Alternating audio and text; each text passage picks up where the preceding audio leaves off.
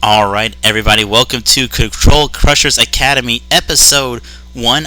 In this mini-series, we're going to highlight a couple of creatures and spells in each color of Magic that can help you out against control-based decks. This serves as a beginner's guide to help new players to know what cards they need to be putting in their decks if they are running up against more control players. So, a couple disclaimers before we get into it. Number one, Magic is based around balance. So, just because these creatures are good against control doesn't mean that if you put all these in your deck, all of a sudden you're going to have a number one matchup against control. These are meant to just help you out to have a better matchup against it. Number two, there's two types of control in Magic, and what I'll help to highlight is cards that are good against blue-based permission control, which is a lot of your counter spells, and then control decks that are focused more in red, black, and white that focus more on removal. So as some of these cards are good against blue decks, I'll highlight that, and then the other ones that are better against your removal decks, I'll highlight those as well. And then a final disclaimer for all of the creatures in this series: they are all bad against Essence Scatter, because Essence Scatter, of course, is a 2-mana counter spell that counters creatures. So with that being said, we'll go ahead and go over a couple of creatures that if you're having trouble with control decks, you need to be putting in your deck. We'll start off with the 1-mana spell. So first off, if you're running green and running into issues with control decks, you need to be playing Land War Elves. 1 mana, 1/1. You can tap to add 1 green to your mana pool.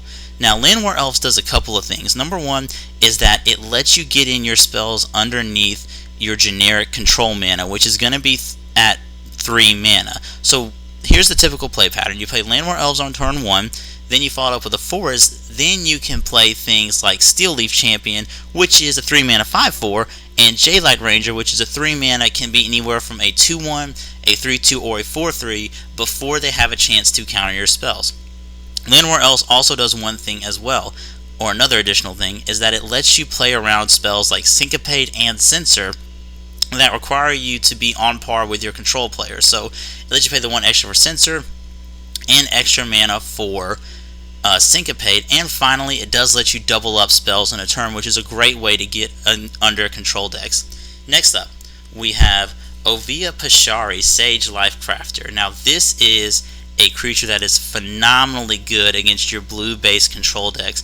It is a 1 mana 1/2 that you could tap to create a 1/1 servo, or you could pay 5 mana tap to create an XX colorless construct artifact creature token, where X is the number of creatures you control. So there's two reasons why this card is really good against control. Number one, it can come down early and begin to generate a lot of threats.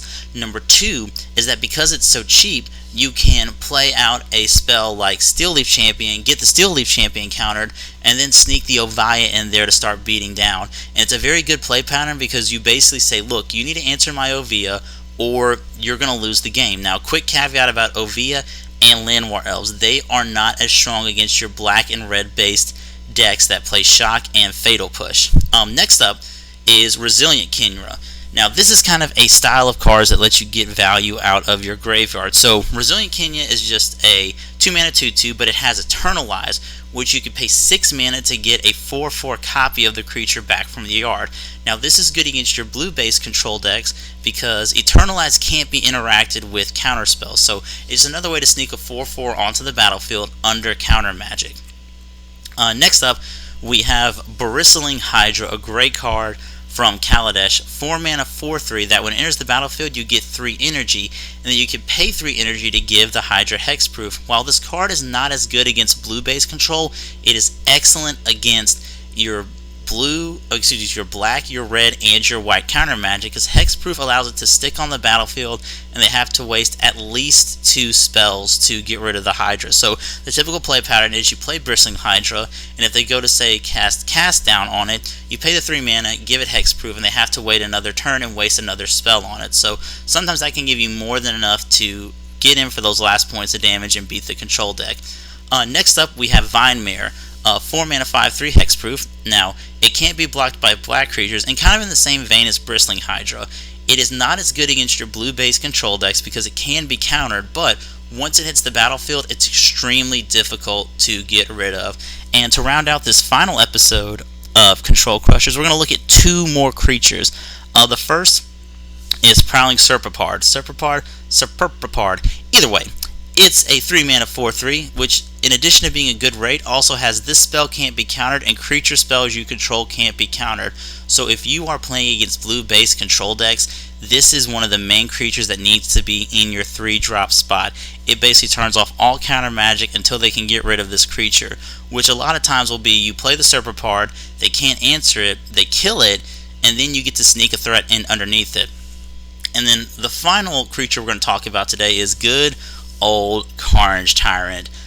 This card does spell Carnage for control players. It is a 6 mana, 7/6, cannot be countered, trample, and hexproof. So basically, Carnage Tyrant is a spell that, unless they have exactly a wrath, such as Bantu's Last Reckoning, Cleansing Nova, Fumigate, or Settle the Wreckage, it is sticking on the battlefield and doing damage. So that will do for episode 1 of Control Crushers, and this is some of the green creatures. So if you're having struggles with control decks, consider putting a couple of these in your decks and see how it plays out. And also, if you like this video, you like this series, please feel free to give me a like, a comment, a subscribe, and if there are any other colors or anything deeper you want to go into the series, just let me know in the comments and I would love to make another video about it. Thanks and have a good night. Bye.